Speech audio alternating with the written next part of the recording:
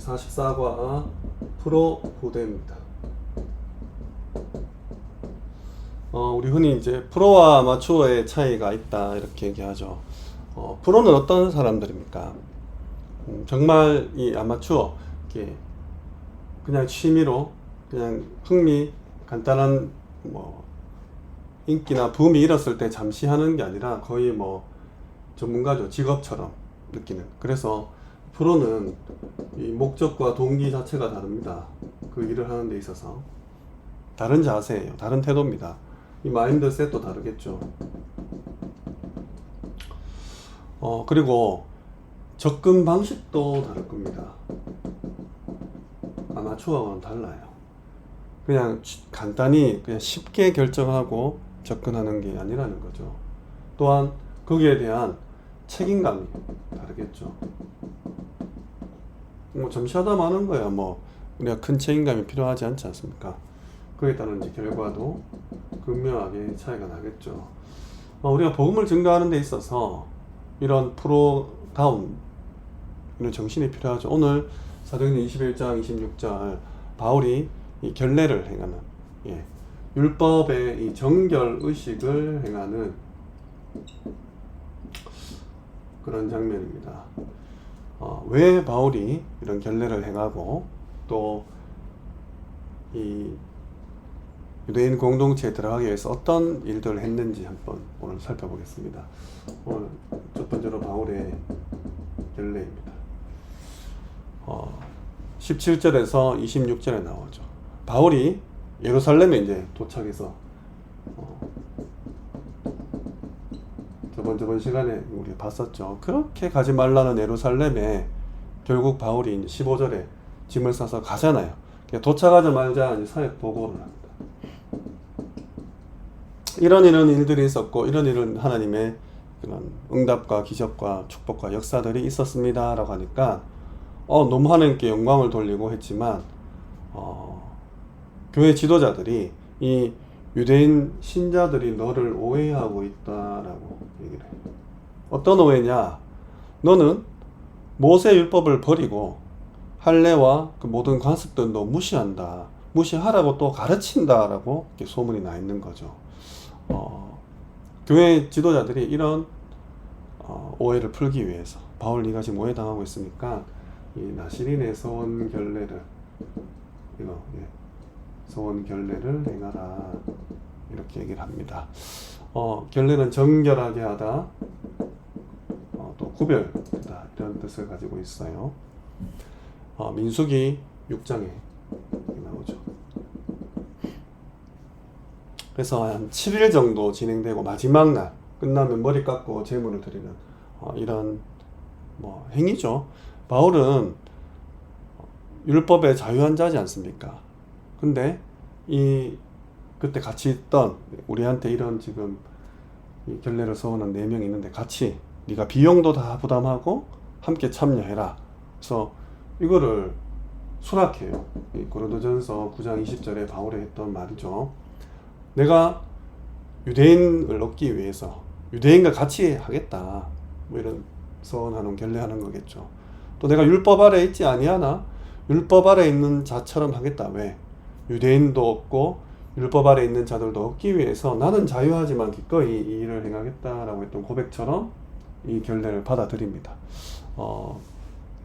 이미 그리스도 안에서 참 자유했던, 그러니까 해도 되고 안 해도 되는 바울, 거절할 수 있는 바울이지만 이게 그거는 아무 관계 없으니까. 근데 유대인들의 마음을 얻기 위해서 이 율법을 도구로 활용했다는 거죠. 이게 이제 프로 정신이라는 거죠.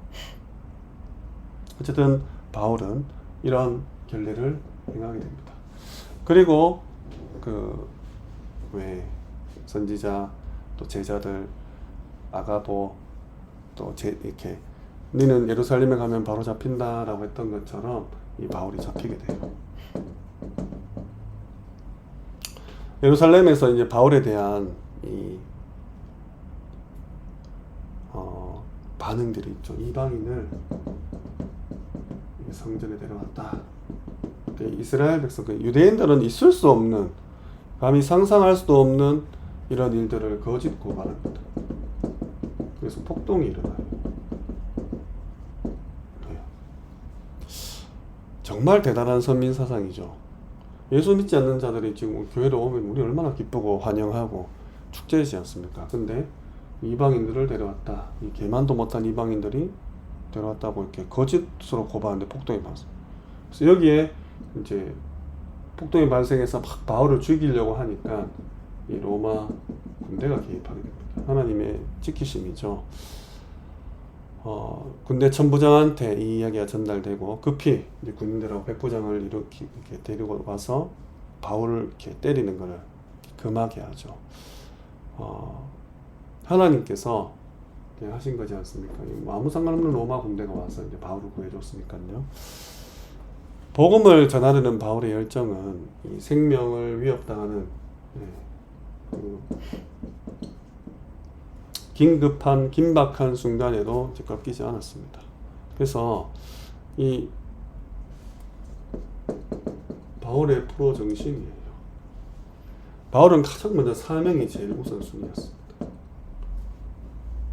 그 어떤 것보다 영혼 구원이 가장 먼저 이 바울에게 선행되는 부분이었죠. 또 하나 감정보다 감정 나를 막 예수 믿나 막 때리고 죽이려고 하고 이런 것보다 또 같은 동족인 유대인에게 배신당하고 폭행당하고 했지만 로마서 보시면 9장 1절에서 5절에 내가 저주받아도 그리스도의 계보에서 끊어져도 내 동족 이스라엘 백성들이 구원받겠다, 구원받았으면 좋겠다라고 이제 고백해요. 쉽지 않겠죠. 네. 정말 영혼 구원의 사명 가운데 내 감정, 나의 억울함, 나의 환난, 외로움 다 합쳐서 문제와 사건들, 어려움들 다 합쳐서 관계가 없었다는 겁니다. 그리고 전략적으로 예루살렘 교회와 이 유대인들의 정서, 이런 분위기, 교회 현실, 흐름 이런 것들을 잘 보고 맞춤형으로 행동했던 거죠. 이 문화와 간섭까지도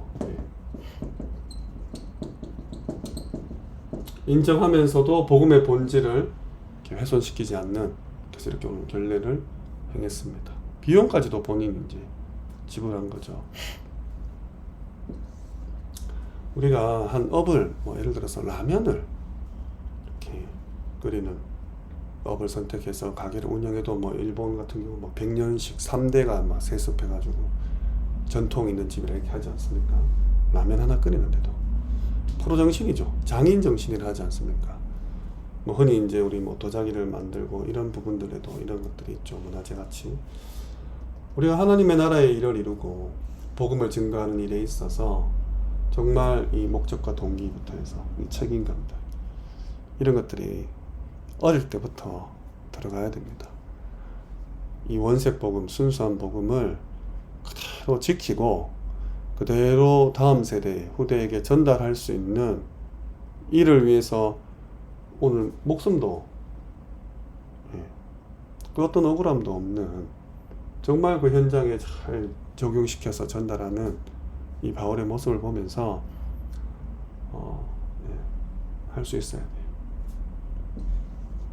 박쥐처럼 여기부터 저기부터 이게 하라는 말이 아니라 정말 복음 때문에 복음 하나만을 위해서 그 어떤 것도 양보하고 또 수용하고 또 초월할 수 있는 그런 프로의식 반드시 어릴 때부터 이 태도와 자세를 갖추고 전도자의 삶을 살아가시기를 주님의 이름으로 축원합니다.